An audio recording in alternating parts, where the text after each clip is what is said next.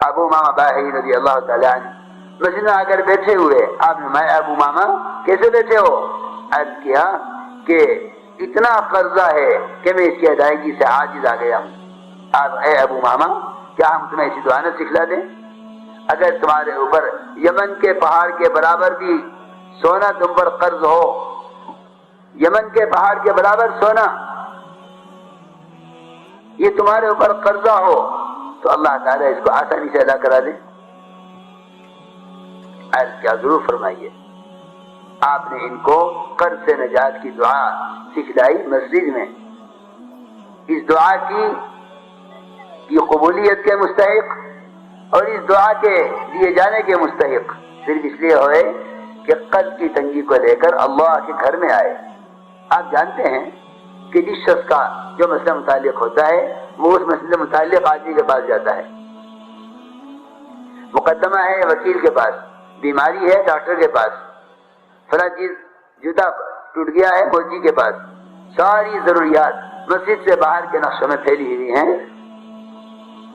اگر تو یقین کرتا کہ میری ساری ضروریات کا حل صرف اور صرف اللہ کے ہاتھ میں ہے تو کسی بھی سبب کی طرف قدم اٹھانے سے پہلے کبھی خیال آیا کہ چلو مسجد ہوتے ہوئے چلیں، پہلے اللہ سے کہہ دیں،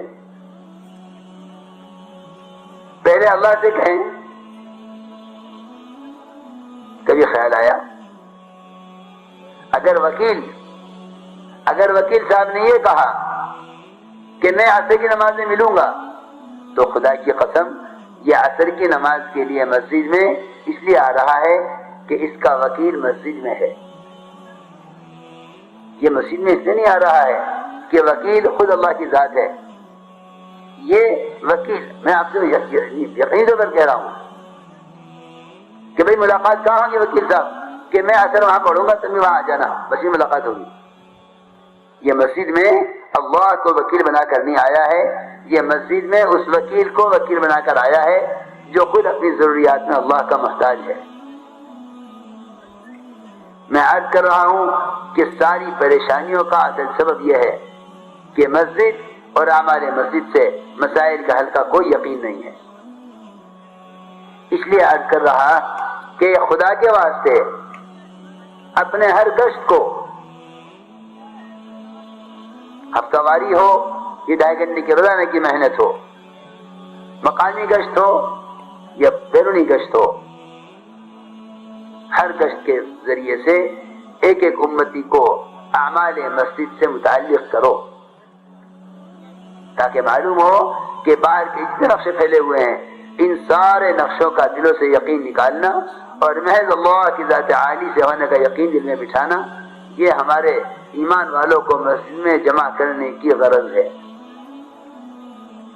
اگر اس طرح لاؤ گے ایمان کی طرف تو پھر اعمال سے کاملوں کا یقین دل میں آئے گا، کیونکہ وعدے حکموں کے ساتھ ہیں۔ اگر اللہ کی ذات پر یقین آئے گا تو اس کے احکام کی طرف یقین آئے گا، اور اللہ کی ذات پر یقین نہیں آئے گا تو اس کے احکام کی طرف بھی یقین نہ آئے گا۔ ڈاکٹر کی طرف یقین ہے اس لیے اس کی دوا پر یقین ہے، جب اللہ کی ذات پر یقین آئے گا تو اس کے احکام کی طرف یقین جائے گا۔ یقین ڈاکٹر سے ہے اس لیے اس کی دوا کی طرف جا رہا ہے، اگر یقین اللہ کی ذات سے کرے گا تو اس کے احکام کی طرف جائے گا۔ اس طرح میرے بزرگوں دوستو عزیزو، اس لیے کہتے ہیں کہ دعوت کے ذریعے امت کو اعمال کی طرف لاؤ اسباب کے مقابلے میں۔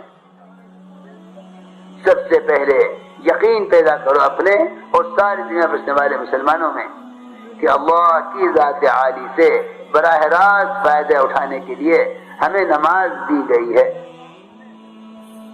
اللہ کی ذات عالی سے براہ راست فائدے اٹھانے کے لیے ہمیں نماز دی گئی ہے۔ یہ نماز اس طرح یقینی سبب ہے کہ اس کے ساتھ کوئی سبب شریک نہیں کیا جائے گا۔ اگر یہ کہتا ہے کہ نماز بھی ہے دکان بھی ہے تو نماز، کیونکہ یقین تقسیم ہونے کی چیز نہیں ہے، یقین تقسیم ہونے کی چیز نہیں ہے، یقین تقسیم نہیں ہوگا۔ نماز، اللہ مجھے نماز سے ہی کامیاب کریں گے سبب کے بغیر۔ اگر یہ کہتا ہے پہلے نماز پھر سبب تو خدا کی قسم مر جائے گا نماز پڑھتے پڑھتے، کامیابی نظر نہ آئے گی۔ اگر یوں کہتا ہے عمل بھی ہے اور سبب بھی ہے، یقین میں اگر دونوں کو جمع کرتا ہے تو اللہ کی ذات اتنی مستغنی ہے کہ نماز بھی تجھ سے رخ پھیر لے گی کہ اگر تو نے مجھے اپنے یقین میں اسباب کے ساتھ شریک کیا ہے تو میں شرکت سے میں راضی نہیں ہوں، پھر تو اسباب سے ہی کام بنا۔ میری بات دھیان سے سننا، میں کچھ کہہ رہا ہوں۔ یہ بھی ناکامی کا بنیادی سبب ہے کہ اعمال اور اسباب دونوں کو جمع کرو، یہ ناکامی کا بنیادی سبب ہے، اور یہ ناکامی زیادہ خطرناک ہے کیونکہ اس ناکامی میں، دھیان سے سننا میں جو کہہ رہا ہوں، اس ناکامی میں یہ مسلمان عمل کے تجربے سے بھی گزر چکا ہوگا۔ اگر سبب اور عمل دونوں کو جمع کرے گا تو اس ناکامی میں یہ عمل سے بھی گزر چکا ہوگا۔ یہ یوں کہے گا کہ میں نے نماز ہی پڑھ کے دیکھ لیا، نماز سے مسئلہ حل نہیں ہوا۔ ارے نماز سے مسئلہ کیسے حل ہوتا؟ تو نے نماز کے ساتھ سبب کو شریک کر لیا تھا، تو نے نماز کے ساتھ سبب کو شریک کر لیا تھا، تو تیرے نماز سے کامیابی کیسے مل جاتی؟ تو نے یوں کہا تھا کہ نماز بھی ہو دکان بھی ہو، دونوں کے ملنے سے اللہ تعالیٰ مسئلہ حل فرما دیں گے۔ تو نے وعدوں کے ساتھ شکلوں کو شریک کر دیا۔ اللہ رب العزت شکلوں سے راضی نہیں ہے، وہ تو صرف عمل سے ہی راضی ہیں۔ اگر تو یہ کہتا کہ صرف نماز سے ہی کامیابی ملے گی، میں کچھ کہنا چاہ رہا ہوں میرے دوستو عزیزو، عمل میں تو سبب اور نماز دونوں شریک ہو سکتے ہیں۔ عمل میں سبب اور نماز دونوں شریک ہو سکتے ہیں، لیکن یقین میں عمل کے ساتھ کوئی چیز شریک نہیں ہو سکتی۔ اگر ذرے کے برابر بھی یہ خیال ہے کہ ہاں اللہ کریں گے، عمل پر کریں گے، تھوڑا سا دکان سے بھی کریں گے، بس سمجھ لے کہ تجھ سے اعمال اس طرح رخ پھیر لیں گے جس طرح اللہ رب العزت شرک سے راضی نہیں ہے اور شرک کی وجہ سے اپنے بندے سے رخ پھیر لیتے ہیں، اس طرح اعمال بھی تجھ سے رخ پھیر لیں گے کہ تو نے عمل کے ساتھ سبب کو کیسے شریک کر دیا۔ یوں کہے کہ نہیں اللہ کریں گے عمل پر کریں گے، اللہ کریں گے عمل پر کریں گے، میری نماز ایسی ہے کہ یہ بغیر کسی سبب کے روزی دلوا لے گی، بغیر کسی ہتھیار کے حفاظت کروا لے گی، میری نماز ایسی ہے۔ پھر اللہ کو اختیار ہے، وہ تجھے اسباب دے کر کامیاب کریں، صحابہ کی طرح ہتھیار دے کر کامیاب کریں یا ہتھیار نہ دے کر کامیاب کریں، انہیں اختیار ہے۔ وہ درخت کی ٹہنی کو تلوار بنا کر کامیاب کریں، انہیں اختیار ہے کہ وہ بغیر کسی ہتھیار کے تمہیں غلبہ عطا فرما دیں۔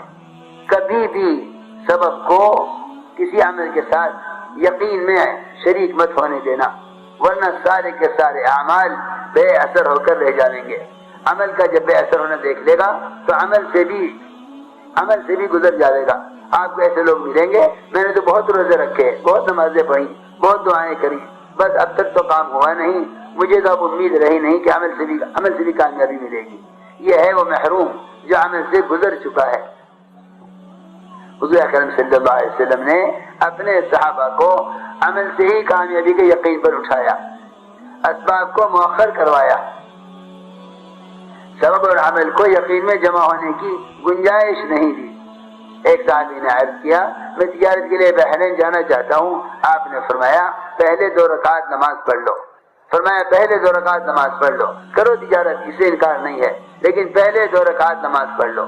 میرے بزرگ دوستو عزیزو، نماز کو تجارت پر مقدم کرایا۔ ہم اسباب ترک کرنے کو نہیں کہتے ہیں کہ یقین اسباب سے بالکل ہٹا دو، دکان سے انتہائی نا امید ہو جاؤ اور نماز پر ساری امیدوں کو نماز سے وابستہ کر لو کہ اللہ کریں گے، نئی نماز پر کریں گے۔ ہر سماجد ہے تو یہ سمجھے گا کہ میں نمازی بن گیا، کیوں کہ جیسے ہی اذان ہوئی ادھر نماز مغرب کی، ادھر گاہک آ گیا، صبح سے شام ہو گئی تھی، آج کوئی گاہک ہی نہیں آیا تھا، مغرب کے وقت اللہ ایسا گاہک لایا جس نے صبح سے لے کے شام تک کی جتنی آمدنی ہوتی اس سے بھی زیادہ مال خریدنے کا ارادہ کر لیا۔ اللہ تعالی امتحان لیں گے کہ اب تو نماز کو مقدم کرتا ہے یا گاہک کو؟ حضرت فرماتے تھے اگر دکان سے بننے کے یقین کو ذرے کے برابر بھی عمل میں شریک کرے گا تو یہ مغرب کو چھوڑ دے گا یہ سوچ کر کہ گاہک بھی تو اللہ ہی لایا ہے، اس گاہک کی ضرورت کو پورا کر دوں گا، یہ بھی تو اللہ ہی لایا ہے۔ اللہ تو لایا ہے مگر تیری ضرورت کے لیے نہیں لایا، تیرے امتحان کے لیے لایا ہے۔ تمہیں بہت ساری باتیں حضرت کی نقل کر رہا، تم لوگوں نے کام کو بنا دیا اصل میں تنظیم، تم لوگوں نے بنا دیا کام کو تنظیم کہ نظم بنا لو، اس نظم کے اور پروگرام کے پورا کرنے کو تبلیغ سمجھ لو۔ حضرت فرماتے تھے صبح سے شام ہو گئی دکان میں بیٹھے بیٹھے کوئی گاہک نہ آیا، مغرب کی نماز کی اذان ہوئی اور ادھر سے اللہ گاہک لائے۔